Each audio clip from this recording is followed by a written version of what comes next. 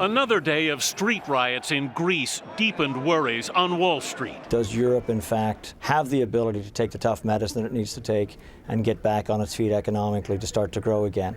The fear is that the Greek debt crisis could become contagious and create a domino effect among other weak European economies like Portugal, Spain, Ireland, and Italy, and ultimately undermine the global recovery. A lot of people have been calling for a correction. You know, they never ring a bell, and you never know what the reason is, and it always happens for reasons you least expect. And at 2:20 this afternoon, a sell-off suddenly turned into pure panic. The Dow, which was at 10,600, went over a cliff, plunging more than 600 points in less than 30 minutes. But almost as quickly, the fever broke. By 3 p.m., the markets had regained most of those losses.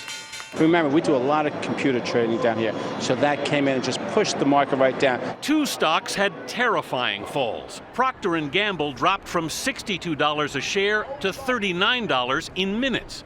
And Accenture, which started the day at $42 a share, collapsed to just a single penny before both recovered. This is probably one of the scariest things that I've seen in the street in close to 30 years. And according to reports, the panic may have been provoked by a trading error, by someone who simply pushed the wrong button. It's bewildering, it's intimidating, it's frightening, and obviously something has to be done to make sure that this doesn't happen in the future. It's very, very unfortunate. The panic has subsided for now, but the markets are still uneasy. The Dow has lost more than 600 points over the past 3 days. Katie? And if the trading error theory turns out to be true, Anthony, how can someone do that, push the wrong button and start something like this? Well, the story going around Wall Street today was that a trader at a major firm placed a sell order for 16 billion instead of 16 million.